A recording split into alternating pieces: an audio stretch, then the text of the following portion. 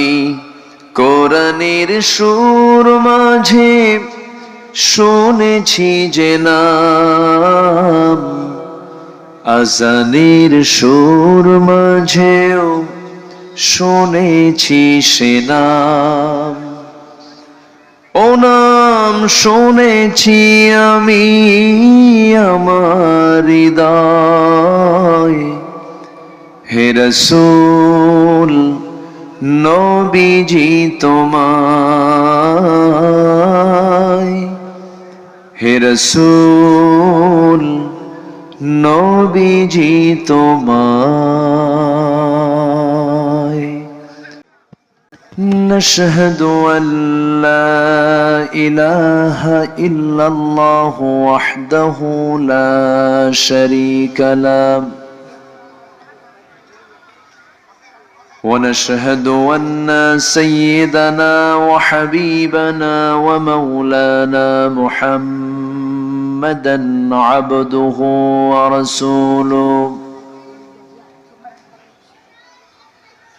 الذي أرسله بالحق بشيرا ونذيرا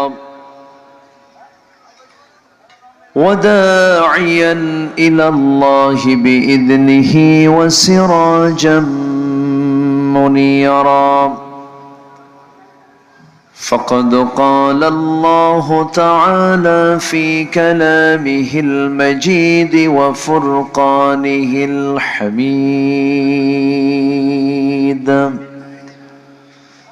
أعوذ بالله من الشيطان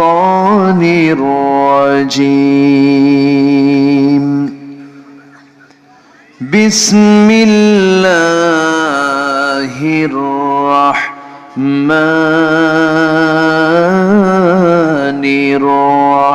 الرحيم. إن الله وملائكته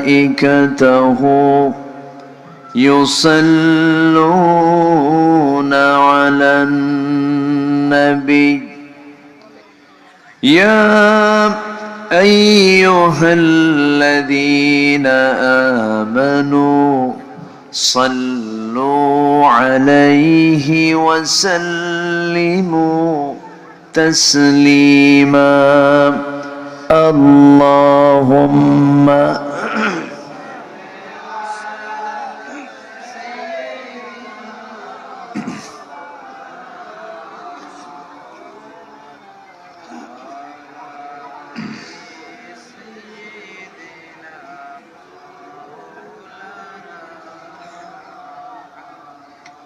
একটু মোহাব্বত দিয়ে নবীর প্রেমে মাতোয়ারা হয়ে জবান খুলে জোরালো কণ্ঠে সবাই বলুন আল্লাহুম্মা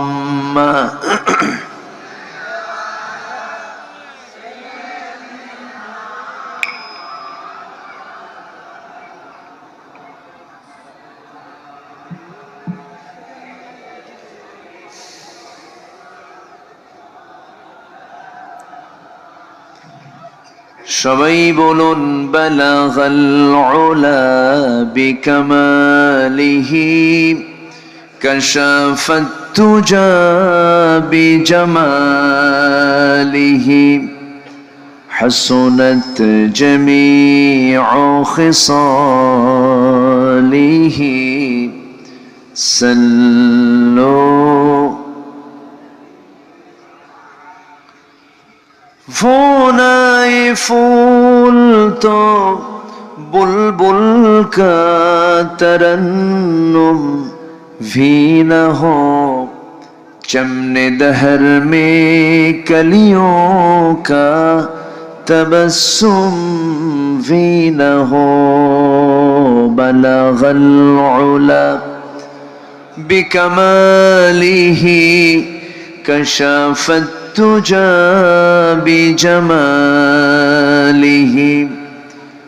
हसनत जमीउ।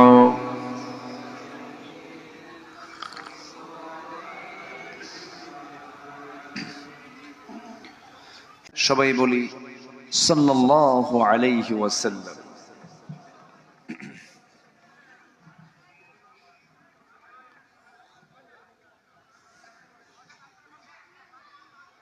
বৃহত্তর কুষ্টিয়া অঞ্চলের চুয়াডাঙ্গা উপজেলার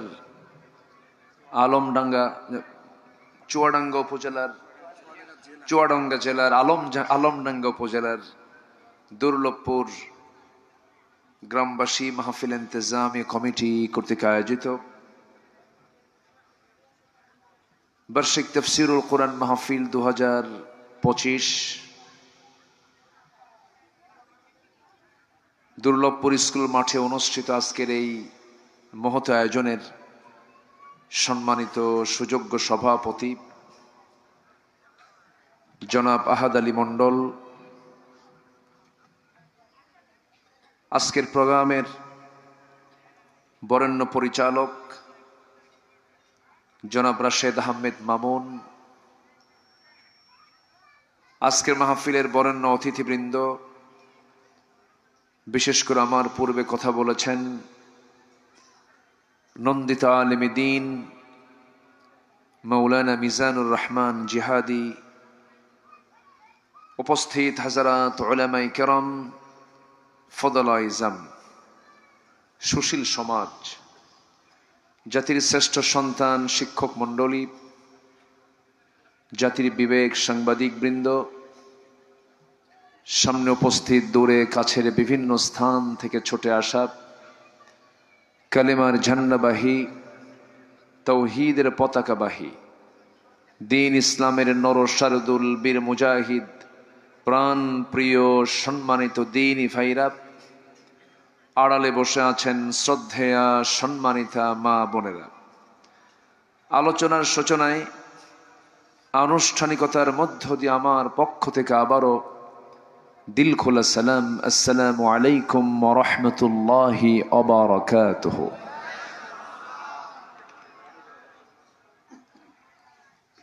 সবাই কেমন আছেন? আমাকে প্রশ্ন করেছেন, আল্লাহ তাআলা আমাকে তো আপনার সাথেই রেখেছেন। বলছি আলহামদুলিল্লাহ। আমরা কোরআন শোনার একটি বসন্তকাল পার করছি। কোরআন শোনার বসন্ত চলছে না, মাসটা পৌষ মাঘ, কোরআন শোনার কি চলছে? ঋতুর রাজা কোনটা বলে? ঋতুর রাজা বসন্ত না? জি। তো কেন বললাম? কোরআন শোনার একটি অনুকূল পরিবেশ আমরা যে সময়টা এখন পেয়েছি, ইতিপূর্বে স্বাধীনতার পর থেকে নিয়ে এরকম অনুকূল পরিবেশ কখনো আসে নাই। যিনি আমাকে আপনাকে এমন সুন্দর আয়োজনে শামিল করলেন, সেই মহান রব্বুল ইজ্জাহ ওয়াল জালালের দরবারে আমরা সবাই লাখ কোটি সাজুদ শুকর আদায় করি। মুহাব্বাতান জোরালো কণ্ঠে একযোগে বলে উঠছি আলহামদুলিল্লাহ। আবারও বলছি আলহামদুলিল্লাহ। চিৎকার মেরে বলছি আল্লাহুম্মা।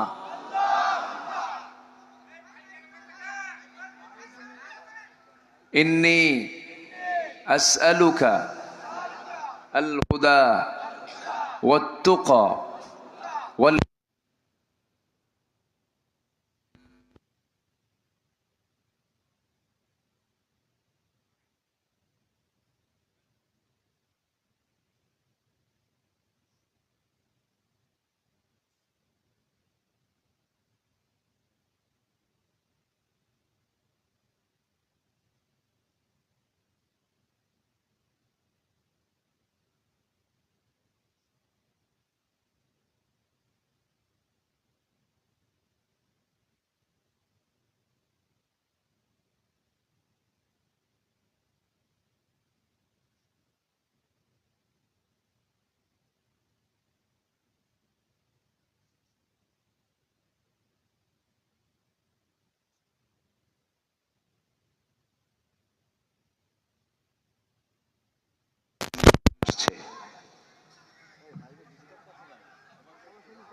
যে একটু চেষ্টা করুন। এখন কি শোনা যায়? প্রবলেম হচ্ছে এখন আর? আচ্ছা, হ্যাঁ ঠিক হয়ে গেছে মনে হয়। জি বসুন। হ্যাঁ আলহামদুলিল্লাহ। আপনারা দোয়া করেন, যান্ত্রিক প্রবলেম তো হতেই পারে, যেন মাইকের যেন কোনো সমস্যা না হয়, সার্বিক দিক যেন ঠিক থাকে। আল্লাহ যেন শেষ পর্যন্ত এই মাহফিলকে যেন সফলভাবে সম্পূর্ণ করার তৌফিক আল্লাহ পাক আমাদেরকে দান করেন। একটু জোরে বলি আল্লাহুম্মা আমিন। সম্মানিত ভাইয়েরা, আমরা এই 6 মাস যাবৎ ভিন্ন একটা প্রেক্ষাপটে পদার্পণ করছি।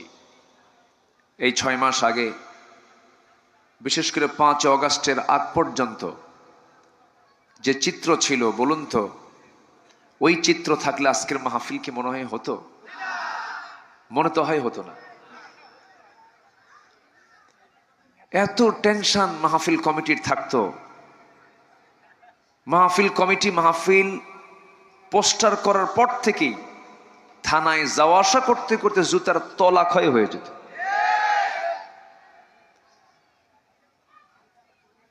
দুই মাস 3 মাস প্রচার করার পর মাহফিল কালকে, আজকে প্রশাসনের লোকজন এসে বলে মাহফিল হবে না।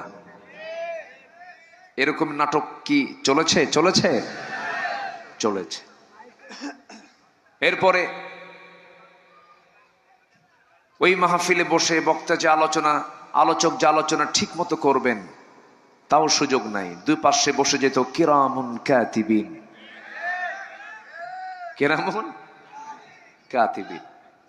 খুব সমস্যা ছিল। এই সংকট কেটেছে। যারা কোরআনকে অচল করতে চেয়েছিল, আল্লাহ তাদেরকে অচল করে দিয়েছেন। আমি কি ভুল বললাম?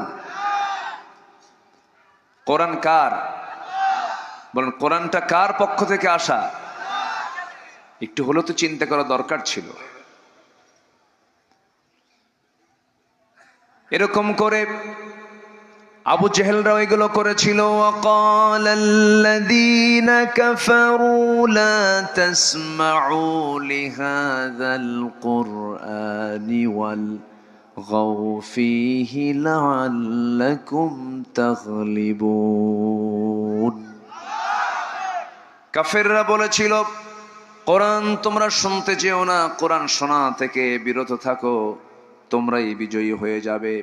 কিন্তু আমার আল্লাহর কথা হলো, ওয়াইদা তুলিয়াত আলাইহিম আয়াতুহু যাদাতুহুম ঈমানাহু ওয়া আলা রাব্বিহিম ইয়াতাওয়াক্কালুন।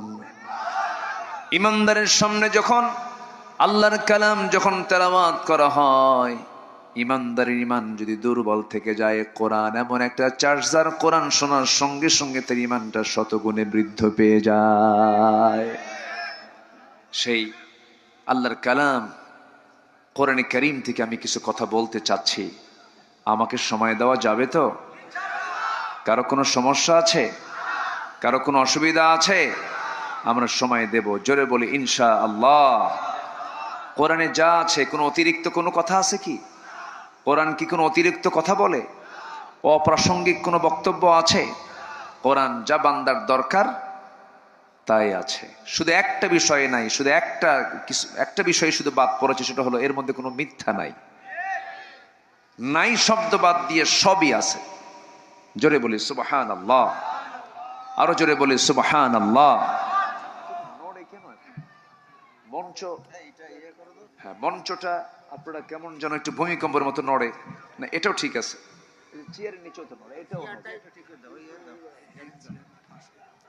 যদি মানুষের পা যদি দুটা লেভেল না থাকলে হাঁটলে কেমন হয় বলেন তো?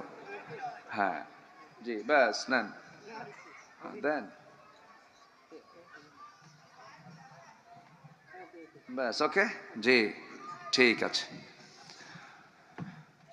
আপনাদের মনে হয় খুব কষ্ট হচ্ছে বসে থাকতে, চেয়ার দিলে মনে হয় ভালো হতো।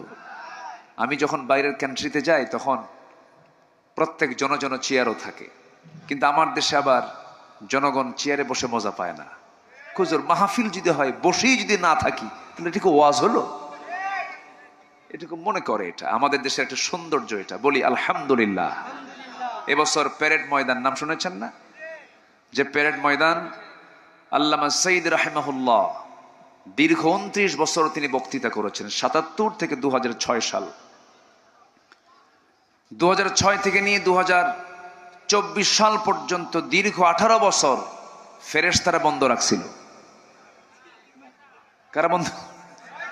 না, ফেরেশতা বলার কারণ আছে তো, ফেরেশতা দেখা যায় না, এদেরকেও 5ই আগস্টের পর থেকে আর দেখা যাচ্ছে না, তাহলে ফেরেশতাই তো নাই।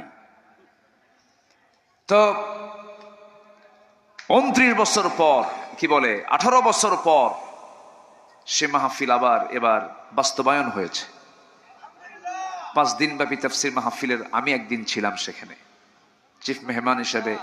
আল্লাহ পাক আমাকে কবুল করেছেন যে আল্লামা সাইদির সেই মঞ্চে, সেই চেয়ারে বসার যোগ্যতা যদিও আমার নাই, তো সেখানেও কিন্তু এই যে লক্ষ লক্ষ মানুষ সব পিনপতন নীরব হয়ে মাটিতেই বসেছিল। এই দেশের এটা ঐতিহ্য, এটা সৌন্দর্য, বলি আলহামদুলিল্লাহ। সম্মানিত ভাইয়েরা, এই মাহফিলগুলোর কল্যাণ আছে না নাই বলেন তো? এমনি তো শিক্ষা ব্যবস্থার 12টা বাজাইছিল, শরীফার গল্প ঢুকাইছিল, মনে আছেন আপনারা? ট্রান্সজেন্ডার ঢুকাইছিল, এরপরে লাল গরু, নবীর নাত বাদ দিয়ে, নবীর কবিতা বাদ দিয়ে লাল গরু ঢুকিয়েছিল, অনেক কিছু করেছিল।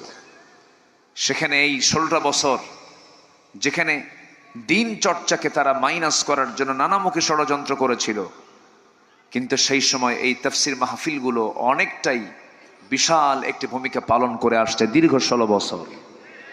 আমি কি ভুল বলছি ভাই? সম্মানিত ভাইয়েরা, যাই হোক, আমি যতক্ষণ কথা বলবো, আমার তো কোনো কথা বলতে আসেনি, এসেছি আল্লাহ পাকের কালাম থেকে কিছু কথা বলতে। এটি কি জনসভা না ইবাদতের জায়গা? বলুন, জনসভা না ইবাদতের জায়গা?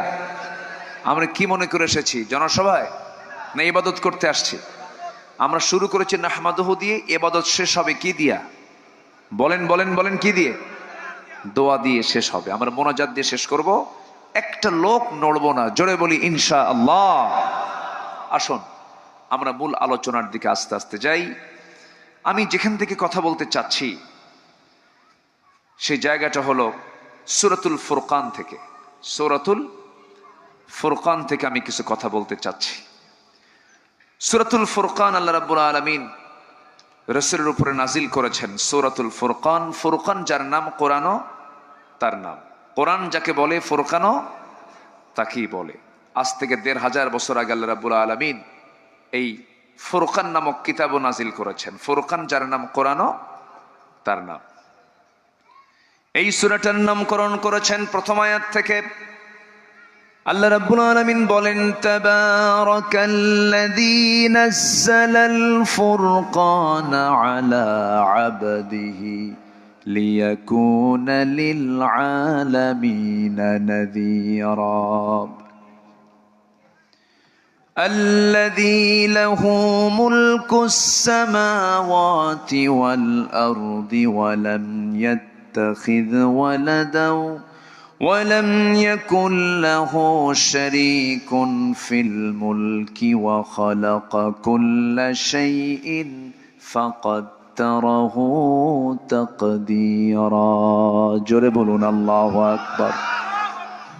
অতীব বরকতময় সেই মহান প্রভু যিনি তার বান্দার উপরে ফুরকান নাজিল করেছেন, আয় কোরআন, ফুরকান আয় কোরআন নাজিল করেছেন, যেন তিনি গোটা পৃথিবীর মানুষকে এই কিতাব দিয়ে যেন সতর্ক করতে পারেন। সতর্ককারী হিসেবে তাকে পাঠানো হয়েছে। এই প্রথম আয়াত থেকেই ফুরকান নিয়ে এই সূরার নাম ফুরকান করা হয়েছে। আল্লাহ রাব্বুল আলামিন এই ফুরকান শব্দটা আরেক জায়গায় বলেছেন, রমজান কেন্দ্রিক একটা আয়াত। আমরা শাবানের 14 তারিখ পার করেছি, আজকে 15 তারিখ পার করলাম, আর সামনে আছে মাত্র 13-14 দিন। এরপরে আসতেছে কোন মাস? শাবান পার হলেই কোন মাস বলেন? শাবানের পরেই রমাদান কারীম।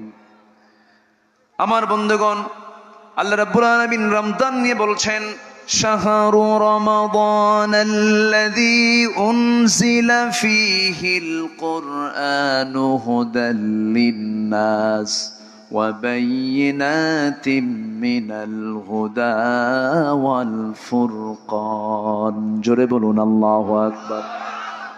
রমজান মাস যাতে নাজিল হয়েছে কোরআন, অর্থাৎ রমজান মাসের পরিচয় মহান রব্বুল আলামিন শুধু কোরআন দিয়ে বেশি দিয়েছেন। কোরআনে আমার বন্ধুগণ আরেকটা আয়াত আছে, ইন্না আনজালনাহু ফি লাইলাতিল কদর। আমি কোরআন নাজিল করেছি কোন রাতে বলেন, আর কোন মাসে বলেন? বলেন বলেন বলেন। রাতটাও রমজানে, আবার মাসটাও রমজান। এই কোরআন নাজিলের কারণে রাতের মর্যাদাও গেছে বেড়ে, মাসের মর্যাদাও গেছে বেড়ে। কিন্তু আমরা মানলে মনে হয় আমাদের দাম বাড়বে না। আসতে কয় মাসের দাম বাড়ে, রাতের দাম বাড়ে, আর আমার দাম বাড়বে কম না বেশি? বেশি। আল্লাহু আকবার।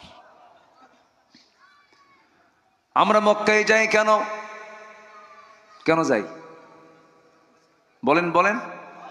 কার ঘর আছে? ঘর না থাকলে যেতাম? দরকার ছিল আমাদের যাওয়া? আমরা মক্কায় যাই কেন? আল্লাহর ঘর সেখানে আছে, এই জন্য আমরা হজে যাই। আল্লাহর মক্কায়, সেই মক্কায় হজ করতে যাই। আমরা মদিনায় যাই কেন? আমার নবীর মাকবারা সেখানে আছে। আমার নবীর মাকবারা লেখা আছে, কিন্তু আমার দেশে একটা সোর মূল্য মাজার হয়। কি হয়? মাজার শরীফ। মাজার শরীফ। আচ্ছা, কোন কবর দেখলে সালাম আছে না নাই বলেন তো? আসসালামু আলাইকুম ইয়া আহলাল কবর। যদি মাজার হয় কি নাম, কি বলবেন? বলেন আসসালামু আলাইকুম ইয়া আহলাল মাজার। তাহলে আমার নবীর কবর মাকবারা হয়, সাহাবীদের কবর মাকবারা হয়। মাকবারাতুন নবী, নবীর কবরকে মাকবারা বলা হয়, কবরস্থান বলা হয়। আর আমার দেশে গাজা খায়া গাজা শরীফ মরে গেলে তার নাম হয়ে যায় মাজার শরীফ। মাজার শরীফ। শোনেন, আমি পীর বিরোধী না, আবার ভুলটুল বুঝবেন না। আমি পীরকে মোহাব্বত করি, কিন্তু গাজা খাওয়া পীর না। হ্যাঁ, কি মোষগুলো কি দেখছেন? লালন শাহ এলাকা তো, হ্যাঁ বুঝি তো। সে মোষগুলো কি মানে বাগানো 2.5 ইঞ্চি হাইব্রিড জাতের মোষ, মানে ফলন ভালো। কি ভালো? ফলন ভালো। সে মোষগুলো দেখে শয়তানও ভয় করে। ওরে বাবা, ইয়া তো ভয়ঙ্কর মোষ। সে মোষগুলো লাল টকটকা। কি খায়? আমি 2018 সালে জেলখানা একটু সফর হয়েছিল। 16 বছর এই যারা ছিল না, ওরা আমাদেরকে একটু মাঝে মাঝে দাওয়াত দিত।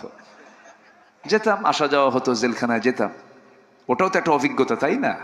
এখন যেতে চাইলেও কি যেতে পারবেন? মামলা আপনার নামে দেবে কি? আপনি তো নামাজ পড়েন। এখন তো আপনি যেতে চাইলেও যেতে পারবেন না, সম্ভব না। তো 2018 সাল, 250 পুলিশ আমার বাড়ি ঘেরাও করলো।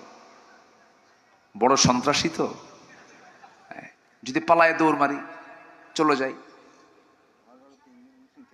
ধরে বলল, হুজুর চলেন, একটু থানায় যাবেন, একটু চা খাবেন। চা খাওয়ার দাওয়াতে 250 জন। চলে গেলাম। ওসি মহোদয় আমার দিকে তাকায়া লজ্জায় চোখ রাখতে পারতেছে না, শুধু বারবার নিচু হয়ে যাচ্ছে। মানুষ তো, শরম থাকে না? শরম তো সবাইকে আল্লাহ দেয়। তিনি বারবার শুধু ঠোঁট কামড়াচ্ছেন আর বলছেন, হুজুর আমাকে মাফ করে দিয়েন, আমার ফ্যামিলি, আমি আপনার খুব ভক্ত, আজ শুনি, বদদোয়া দিয়েন না। এরপরেই বলতেছে, হুজুর কি করবেন, বাল বাচ্চা আছে, চাকরি বাঁচান তো ফরজ। তো বললাম, ইমান বাঁচান তো নফল। মামলা টামলা দিয়া কোর্টে চালান দিল। কোর্টে গেলাম, জজ সাহেব আমার দিকে তাকায়া মাথা নিচু করে মাথা নড়াচ্ছে। আহারে, চেনে, কিন্তু যে মামলা, এই মামলায় তো জামিন নাই। জামিন দিলে উনি আইন লঙ্ঘন করে ফেলবেন। তো জামিন নামঞ্জুর কইরা আমারে পাঠায় দিল জেলখানায়। ঢুকলাম, তো মূল গেট দিয়ে যখন ঢুকি ওই সময় এক মুরব্বী, 80 ঊর্ধ্ব বয়স হবে, 85 বছর বয়স হবে, আমার দিক তাকায়া এত খুশি হলো আমাকে দেখে, লম্বা একখান সালাম দিয়ে বলে, হুজুর আপনি জেলখানায় ঢুকছেন, খুব খুশি হলাম। তো বললাম, জেলখানায় ঢুকলাম, মানুষ খুশি হয় কখনো?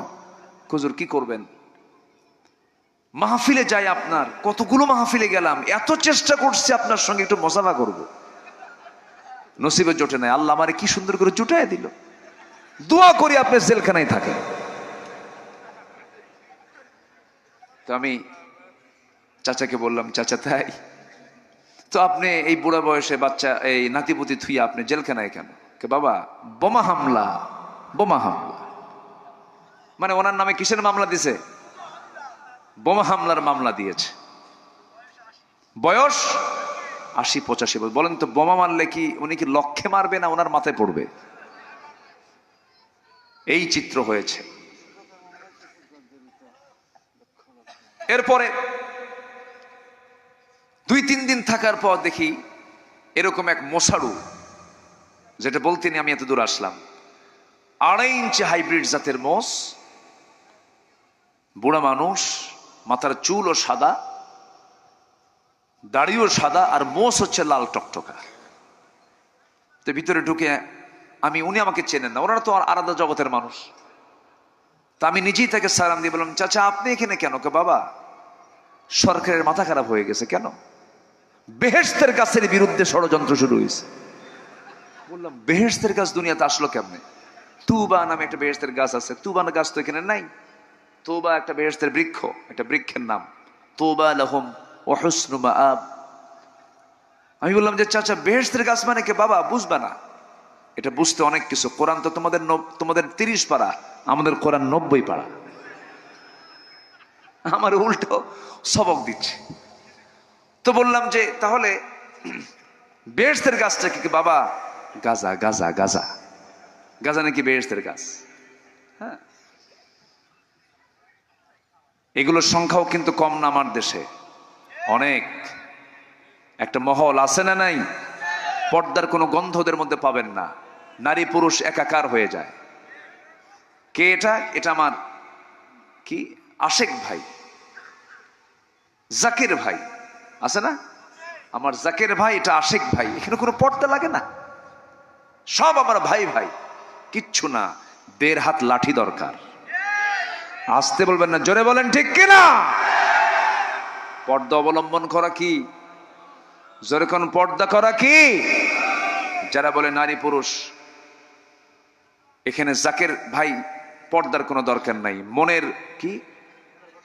মনের পর্দা, বড় পর্দা, বাইরের পর্দা উঠা ওরে হু আছে না নাই? খাজা দিল কর তাজা, ইসমে জালাল, গাজার কলকি খাওয়া হালাল। দেখছেন? যেরকম নাউজুবিল্লাহ। বিভিন্ন লাইনে গিয়েছিলাম, একটু লাইনে আসি। তাহলে আমার বন্ধুগণ, কোরআন হচ্ছে এমন একটি কিতাবের নাম, যে ডিপার্টমেন্টে কোরআনকে বসাবেন সেই ডিপার্টমেন্ট জ্বলে উঠবে। যেরকম সুবহানাল্লাহ। তবে এটা দিয়ে মানে সংসদ হবে না মনে হয়, চলতে পারবে? এটা কি বিশ্বাস হয় আপনাদের? আমার দেশের বহু রাজনীতিবিদ এটাকে মানতে চান না, কারণ কোরআন যদি সংসদে বসে যায় বড় বড় বোতল পাওয়া যাবে না। কি আমি কি ভুল বলছি? কোরআন যদি সংসদে বসে যায়, সুদের কারবার বন্ধ হয়ে যাবে, নেশার কারবার বন্ধ হয়ে যাবে, জেনার কারবার বন্ধ হয়ে যাবে। যারা কোরআনকে রাষ্ট্র থেকে পৃথক করতে চান, ইসলামকে যারা রাষ্ট্র থেকে পৃথক করতে চান, তারাই হচ্ছে সবচাইতে বড় স্বৈরাচার। তারাই সবচেয়ে বড় স্বৈরাচার। এক স্বৈরাচার ফ্যাসিবাদকে হটাইছি আমরা। আমরা আর কোন নতুন করে কোন স্বৈরাচার আসুক, এটা আমরা চাই না, ঠিক কিনা? জাহান্নামে যাওয়ার যতগুলো কারণ আল্লাহ পাক কোরআনে উল্লেখ করেছেন, 1 নাম্বার কারণ হলো নামাজ ছেড়ে দেওয়া। আমি কি ভুল বললাম? কোরআনকে প্রশ্ন করুন, কোরআন বলো তো জাহান্নামে যাওয়ার কারণগুলো কি? বলবো? বলি? আমাকে সময় দিচ্ছেন তো? আলম ডাঙ্গা না, আলম ডাঙ্গা মানে কি? উঁচা। আচ্ছা, হ্যাঁ ডাঙ্গা উঁচা। আর আলম মানে পৃথিবী। পৃথিবী উঁচা, পৃথিবী বলি আলহামদুলিল্লাহ। এখানে নদী নাই, তাহলে আবার ডাঙ্গা কেমনে হলো? কিছু উঁচা আছে। আপনাদের ভাষাগুলো এত সুন্দর, মিষ্টি ভাষা, বলি আলহামদুলিল্লাহ। শিরিন, শিরিন ভাষা, সুইট ল্যাঙ্গুয়েজ, খুব ভালো। কুষ্টিয়ার ভিতরে একটু পাবনা ঢুকছে, গেদা আছে না, খোকসা টকসার সাইজ একটু সমস্যা আছে। খাবুলায় এরকম টান মারে না? টান মারে। কিন্তু কুষ্টিয়া, এই মেহেরপুর, চুয়াডাঙ্গার এই দিকে ভাষাগুলো অনেক সুন্দর, মিষ্টি ভাষা। মাঝে মাঝে হয় কি, মনে হয় কি জানেন, জন্ম যদি এই জায়গায় হতো। এত সুন্দর ভাষা আপনাদের। আমি খুবই এই এলাকায় আসলে আমি এটা ভাবি, এটা ভ্যানে চললো, ভ্যানওয়ালা বলে, হুজুর কোথায় যাবেন বলুন তো? এত সুন্দর করে বলে, মনে হয় প্রফেসর কথা বলতেছে। আলহামদুলিল্লাহ বলবেন না? এটার কারণ হচ্ছে বাংলার উৎপত্তি হয়েছে এই এলাকা থেকে। এই যে নদিয়া আছে না, নদিয়া এই আশপাশই তো এগুলো সব। এটা নদিয়ার মধ্যেই ছিল এক সময়, না? তাহলে ইতিহাস সৈয়দ মুজতাবা আলীর যে ইতিহাসের সঙ্গে মিলে গেছে। বাংলার উৎপত্তি নদিয়া থেকে, আর গলা চিপে ধরছে নোয়াখালী, আর ইন্তেকাল হয়েছে চিটাগাং, আর কুলখানি হয়েছে সিলেট। কথা বোঝেন নাই? ভাষা সবই সুন্দর। চিটাগাং ইঙ্গিত চাটগাইয়ে ভাষা হয়ে গেছে। ওই ভাষাই কিন্তু আলাদা, একদম পুরাটাই আলাদা, আপনি বুঝবেনই না। সিলেটও আলাদা, কিন্তু একটু একটু করে আছে, অল্প অল্প করে একটু পাওয়া যায় খুঁজে। তবে বাংলা খুবই কম। বাংলা 100% আছে কোন এলাকায়? আবার কুষ্টিয়া কয়। আপনার জেলার নাম নাই? বলি আলহামদুলিল্লাহ। খুব সুন্দর, বলি আলহামদুলিল্লাহ। ফ্রেশ ভাষা, ফ্রেশ মানুষও হতে হবে ফ্রেশ। জোরে বলি ইনশাআল্লাহ। কোনো ভেজাল থাকা যাবে? আমার বন্ধুগণ, এতক্ষণ ধরে যে আলোচনা চলছিল, কোন বাবার দরবারে নাজাত পাওয়া যাবে না। এরপরে শুধুমাত্র ধর্মীয় কোন অনুষ্ঠান পালন করে নাজাত পাওয়া যাবে না। কোরআনটাকে সব জায়গায় মানতে হবে। এক জায়গায় না সব জায়গায়, এক জায়গায় না সব জায়গায়। আপনি কোরআনকে কোথায় বসায় দিবেন? কোরআনের আরেকটা নাম কি বলেছি বলেন? জোরে বলেন, কি নাম? ফুরকান মানে হলো শাহরু রমাদানাল্লাযী উনজিলা ফীহিল কুরআন হুদাল লিন-নাসি ওয়া বায়িনাতিম মিনাল হুদা ওয়াল ফুরকান। জোরে বলুন আল্লাহু আকবার। কোরআন হলো সত্য মিথ্যার পার্থক্য সৃষ্টিকারী কিতাব। এই কিতাব দিয়ে কোনটা হক, কোনটা বাতিল, কোনটা ন্যায়, কোনটা অন্যায়, কোনটা লেজিটিমেট, কোনটা প্রহিবিটেড, কোনটা বৈধ, কোনটা অবৈধ, সব ক্লিয়ার করে পাওয়া যায় যে কিতাবের ভিতরে। সেই কিতাবের নামটা কি? জোরে বলুন। আমার বন্ধুগণ, সেই ফুরকানকে ফুরকান মনে করে মানতে হবে, সেই হুদাকে হুদা মনে করে মানতে হবে, সেই জিকিরকে জিকির মনে করে মানতে হবে। এই কিতাবের আরেকটা নাম কি বলেন? জিকির। ইন হুয়া ইল্লা যিকরুল লিল আলামিন। জোরে বলুন আল্লাহু আকবার। সেই কালাম থেকে আমি সূরা ফুরকানের ৭০ নম্বর আয়াত আমি আপনাদের সামনে একটু উপস্থাপন করতে চাচ্ছি। আল্লাহ রাব্বুল আলামিন বান্দাকে জাহান্নামের কথা বলেছেন আগের আয়াতে। এরপরে বলছেন, না তোমাদেরকে জাহান্নাম দেব না, তবে তোমরা যদি মোটামুটি 3টা কাজ করো। আজকে আমরা শিখে যাব 3টা কাজ। কয়টা কাজ বলেন? 3টা কাজ আজকে আমরা শিখে যাব।